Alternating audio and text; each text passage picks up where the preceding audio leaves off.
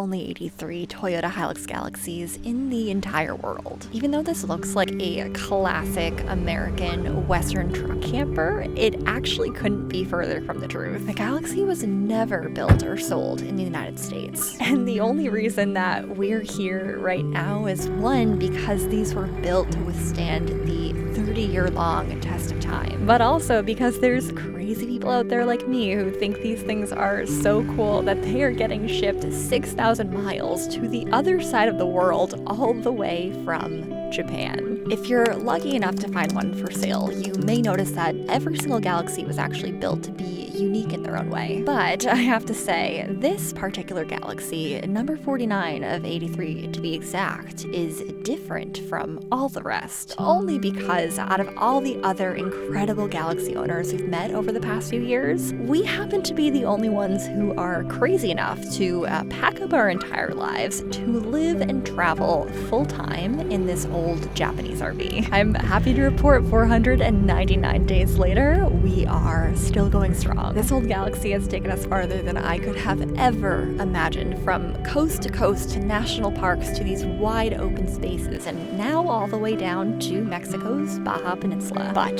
spring is coming in hot, and I mean hot, which means it's that time of year again for nomads like me to follow the birds and head back up north. We have nothing ahead of us but the open road, and I have a feeling this very well might be our best adventure yet.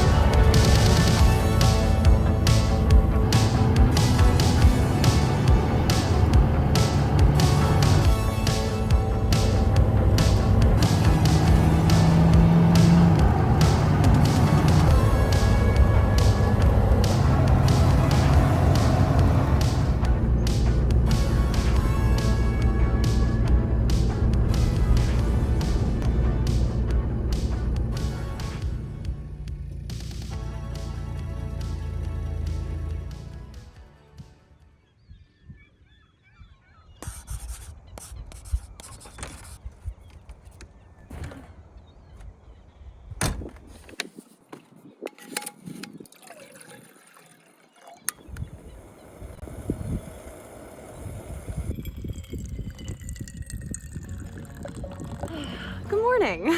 We have our coffee, and it is day 500 of living on the road out of this Toyota Galaxy. And it is also our last day in Mexico. We've been down here for 2.5 months.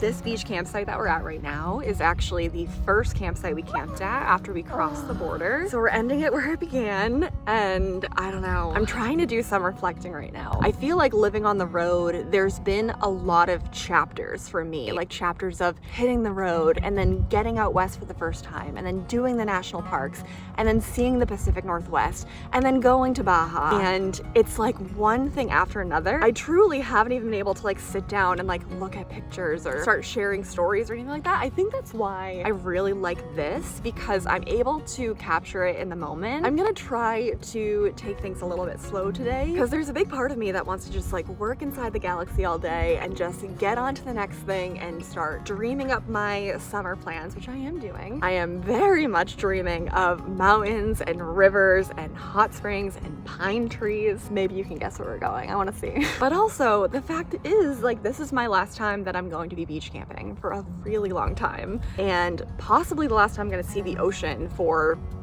I don't know how long. I really don't. So it's an exercise to ground yourself in the moment, even when you're in really beautiful places, for me at least. So that's gonna be the goal for today. One last nice Mexico day in the Galaxy.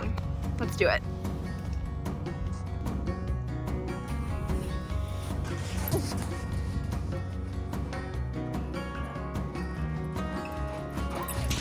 Doubloons.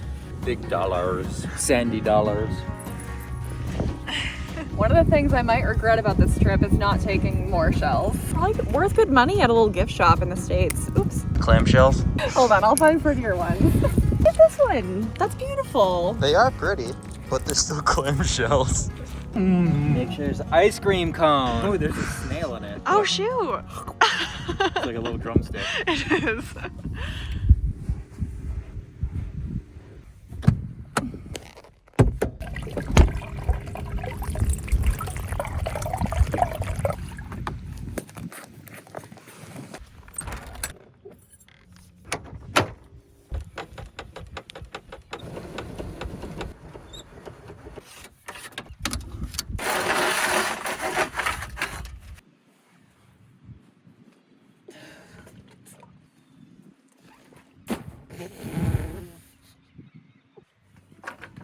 So that's a shower. We're supposed to let it kind of just like lay out in the sun for a little while so that it's not cold. But frankly, I just really need to take a shower so I can feel better today. We already have a shower inside. We have hot water inside. It's heated by the engine, so we have like 15 gallons of hot. But in Mexico, it can be kind of hard to find water sources that actually have hose attachments. So that's why this comes in handy. Oh yeah, it's cold. Okay. Okay.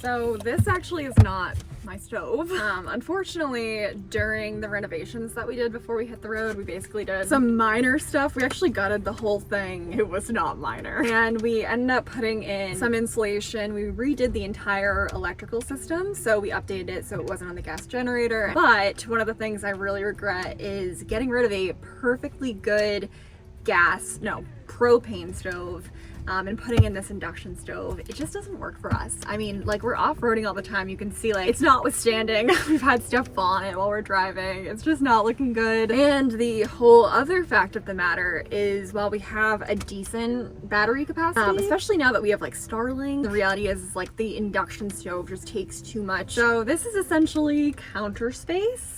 I've actually been working off of a Coleman stove for a year, like since we left pretty much, and like stopped using the induction stove. And unfortunately, while we were down here in Mexico, we went to this massive Vanlife meetup. The Coleman stove got stolen. But here's what's weird. This random freaking little propane stove, we found this the week before we crossed over into Mexico.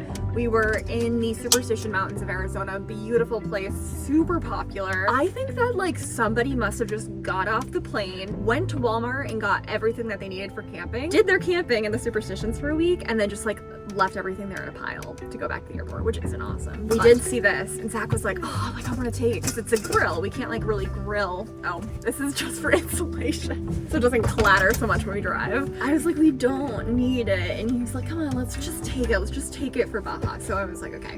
And then our Coleman stove got stolen, so now we have this handy dandy little thingamajig.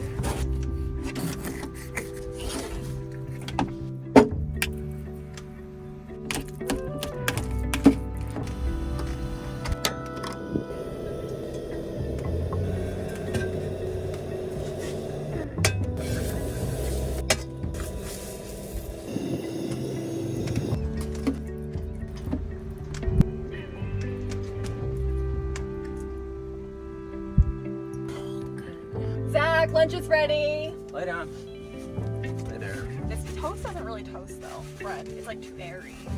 So it's like a little flip. Oh, I think I know what you're talking about. Experience that too. They don't look terrible. I think I'm just gonna just dig into it. chomp into it. This is really good, thank you. That's first. Tomate. It's time. We are about to do something we have not done yet in Mexico, which is kind of insane. We're gonna make a beach campfire. So we're gonna have to go foraging for wood. I don't know, I looked around. Do you see anything? You won't even wait for all this. No way.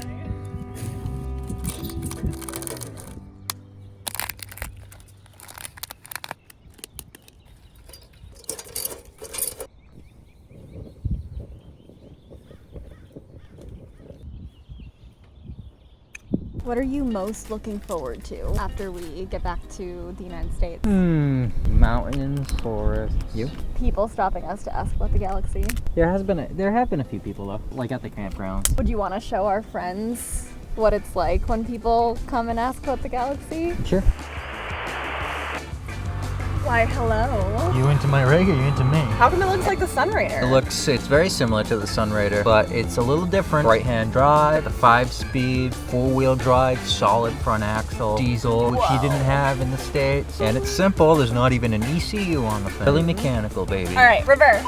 So what the heck is this thing? These are the Galaxy's cheeks. The reason that the cheeks are there is for aerodynamics because the Galaxy has a big old booty, Yeah. so she needs a little help. But I want to drill into it so I can keep my snacks in there. Oh, are we bowing now? We found beautiful performance. Thank you. Beautiful. Thank you. I'm so sorry I had to watch that. It was gonna be better in my head.